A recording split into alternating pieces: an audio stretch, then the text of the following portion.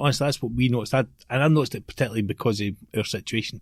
My mum would get the once a week Skype call for on a Saturday for Aunt Mary took the laptop down. How's the job? How's the weather? How's the kids? Usual.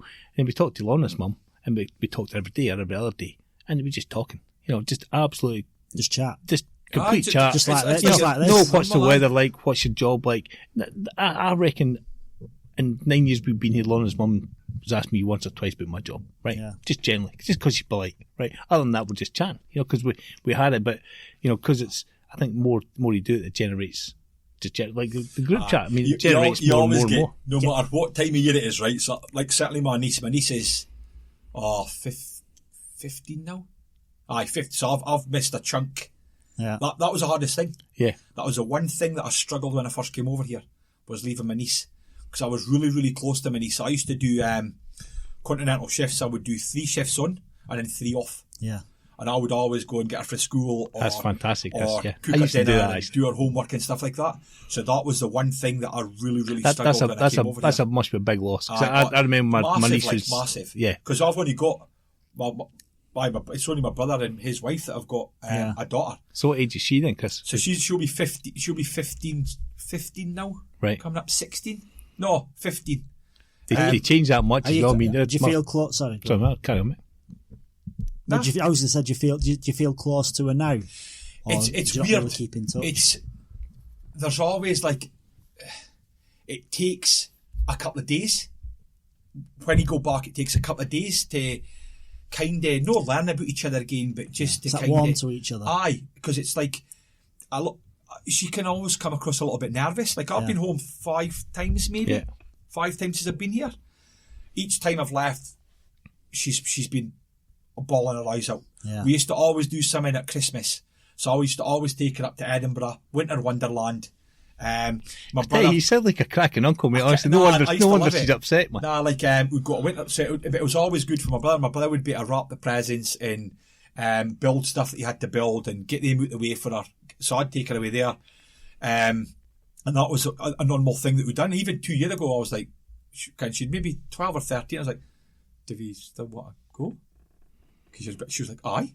Definitely. Of course I do. She always doing Uncle Chris. Tradition, though. That's it. It was. It was nice that it was something that we'd always done. And like I said, it did take a couple of days to get the banter going again and the wind up and all that, and Kirsty away and get us a beer for the fridge kind of thing. But every time I'm about to leave, it always gets hard. It's always hard the last couple of days, and it's because you're used to being in the company and you're used to being with everybody. And saying goodbye to my dad is always a tough one, because my dad's 10 years older than my mother.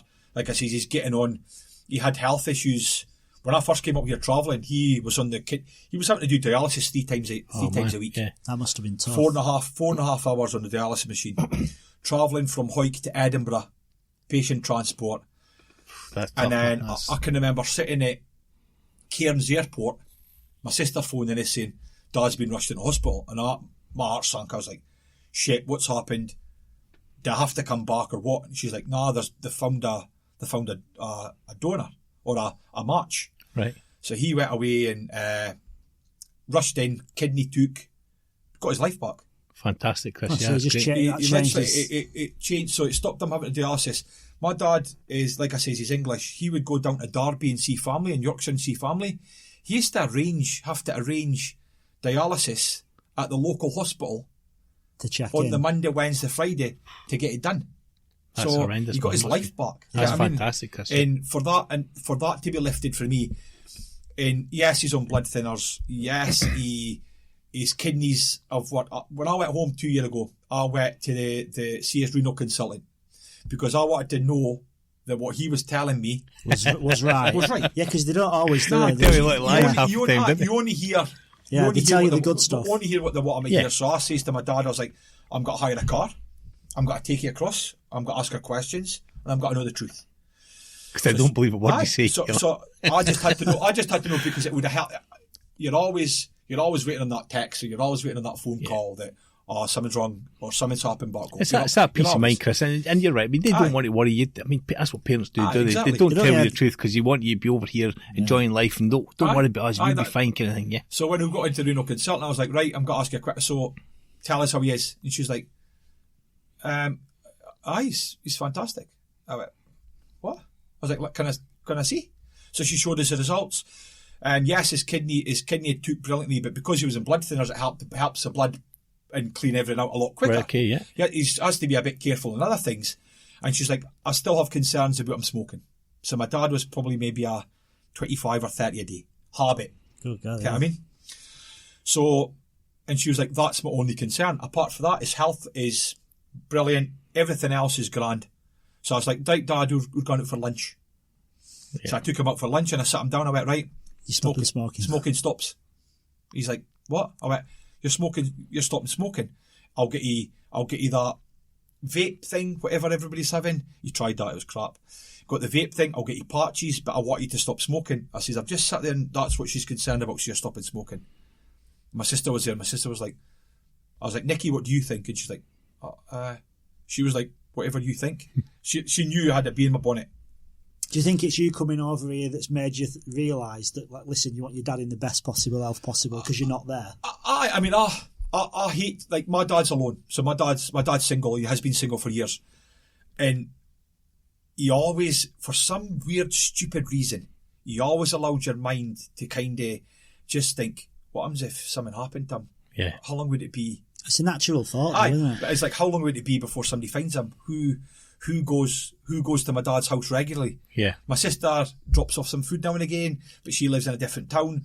My brother's wife, Jane, she's brilliant. She goes away and does his shopping 2 or 3 times a week. So that's what I'm always thinking. Yeah.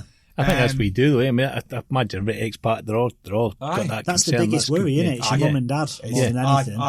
I mean, you could enjoy your life something rotten across here, but you've always got that little niggle in the back of your mind that what if something happened and he wasn't there. I have to say, my family, my 2 brothers, my sister, well, I've not spoken to them for years. We've sort of fell out and stuff like that, but don't need to go into it. But when my mum got vascular dementia, even though I wasn't speaking to them particularly, they just knowing they were there, it was huge, because I mean, it's constantly on your mind.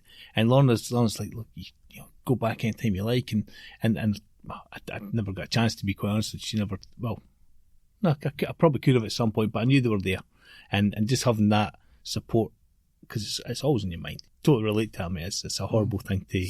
And I think a lot of folk are in the same boat, whether they discuss it or not. I think a lot of people still have that fear of something going on. Certainly now, anything happens. What you got to do? Now, you can't go home. That's it. It's horrible. And you're screwed. Like, I think that's why a lot of people, certainly across here, that have families across here or older family, are adamant to say, listen. That's why so many people are posting about, like, getting back home and, like, how do you do it and the exemption and whatever. Aye. And that's no easy either, because you have to prove. Yeah, you actually need the ticket, don't you? Aye. But then you buy the ticket, and if they say no, then you lose the money for your ticket. Aye. Is that how it works? That's you have to evidence. prove that you're going home for more than 3 months for a certain. I mean, right? Yeah. I could fly home tomorrow one way. Yeah. Right. But to come back, I have no idea how I'm going to get back, because you've still got thousands of people sitting stranded waiting. Yeah, because they keep cancelling flights as well. I think somebody was on the Scots and Perth page, actually. Somebody was saying it was like 10 grand or something for a flight to come back as well. You can fly first class and business class, I think. I'm not sure about because that was the one I seen. Again, I can't remember where. So I think it was Scots and Perth. Actually, Chris, you'll know better than me, but I'm sure it was like average economy was like 10 grand, and the first class and business class was 30 grand. It's like, man, like it costs a lot though now, because it's changed as well, because at home now you have to go in quarantine when you get back to the UK, and then you have quarantine again when you get back here. And I was speaking to a lady that's hopefully going to be on this show, and it cost her $4,500 for herself, a husband and a kid for 2 weeks in a hotel here. Aye, because you're now having to pay for it, remember, because you wouldn't have to pay for it, really, because people that have now flying back, it's on their... Yeah, they're choosing to come back, so that's it, yeah. But that's a lot of bloody money, innit? It's a lot of money. The thing is as well, like, if you're going home, not for a long period of time, you think you've got 2 weeks quarantine there, you've got two weeks quarantine here, so if you're going for 2 weeks, you've got 6 weeks. 6-7 weeks off your work. That's a lot of time, yeah. What is it? I mean, I don't need to tell us if you don't want, Chris, but what do you do for a living here? I work at Jason Windows. Oh yeah, I told Mark earlier. I'm sure I've seen him posting something about Jason Windows. I've had two jobs since I arrived here. I worked for 6 months at a company in Canning Vale called Pipe Maker. Yeah. Doing similar to what I'd done back home. So I worked in MTEL, which is like your broadband cable. Oh yeah, fibre optics stuff and all that. And the guy that was the manager of Pipe Maker used to come from Jedburgh, which is like 10 mile away. That's he also worked in Manetti's, which is a sub company of MTEL. And when I came across here travelling for that 3 months, I met him and he was like, "Listen, if you ever get back here, you've got a job. You can do this, you can do that. No problem at all." I was like, sound nice. So literally hit him up when the ex got sponsored, and I managed to get de facto on her visa. What was she doing when she got a sponsorship? She was a beauty therapist, but that's on the skilled list. Well, it wasn't, but it was a remedial therapist that was on it. Right. So you just kind of tweak, kind of a little bit of tweak here and tweak here. Yeah. So I came back out, worked there for 6 months, and then before I worked in MTEL, I worked for a window company doing UPVC windows. Yeah. So there was about 14 of us in there. We would do everything. So you'd be cutting one day, bringing the material in, welding it, prepping it, glazing it. Oh, so you'd actually manufacture them? So we'd done the full lot when we were back home. So this job came up in Jason Windows, and I just applied for it. Didn't even really have a proper interview with a guy. Just stood at the top of the stairs. It's incredible. I had to say, I told Mark this before. I had a couple of interviews online actually, but when I got here, the first interview I had was just, it's so loose, man. Okay, my boss sent a pair of jeans, all pair of scrabby. I cycled because I never had a car. Right, I cycled to Welshpool from Vic Park. So I got on the train at Vic Park station to Connington, and then cycled to Welshpool just to get there. Yeah. And I stood at the top of the stairs. And I was like, so I take it this is the fabrication side, and then you've got the finished goods here, and it goes up the door. And he goes, yeah, right. Like he used to have. It was like, right, I've looked at your CV. Can you go away for a drink and alcohol test now?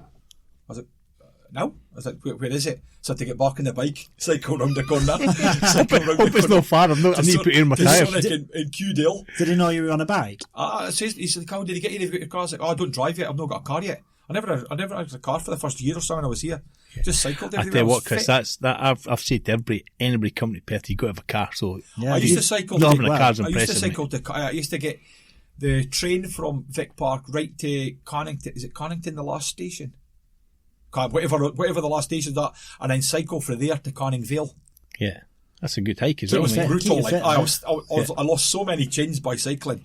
But I've been at Jason Windows for nearly about 7.5 years now. That's good big company to work for as well. They must be the biggest one. The workers, like they've run it as 0% redundancy. So even when the recession hit, they allowed people to leave. They retained, because it's effectively a skilled workforce. It probably takes people maybe 6, 7, 8 months to learn specific things. Yeah. They were just like, listen, we'll just take the hit. They allowed people to leave through general attrition, obviously people retiring and even go. And because when I first started there, we were making between 800 and 1,000 windows a day. That's incredible. Jeez. But I mean, every house in this state's got Jason Windows in it. The place was mental. Yeah. They had 65% of the business in WA, and then literally when the recession hit, we're making 170 to 200 windows a day. Yeah, that's a lot of cut. So we're now back up to about the 450, 500 because you've now got the whole COVID boom and people wanting to buy in a lot of the retrofit stuff with different little companies. So you've got people that couldn't go on holiday. I've now got money to spend to upgrade. Yeah. So all your security stuff and all this kind of stuff is now ramped up again as well. What's it like changed now? Now double glazing's getting a bit more popular. Because I know Jason Windows do it now as well. We do double glazing. So is that just a recent thing, Chris? Because I'm sure I tried to get double glazing in here and couldn't get it. I couldn't understand why they never done it. It's incredible. Is it as good as it is back home yet, or is it still pretty primitive? See back home, we used to have 28mm glass, it's really 35mm glass, yeah, and we'd have. We get some of the stuff with the colonial bar stuff. We used to get that in between the glass. Yeah. And across here, it's stick on. Yeah. Or it's made individual colonial bars, so it's completely different. It's, we make our own double glazed units at work. They're solid, but they've got that pocket inside it. Yeah. They work but they're expensive, but they're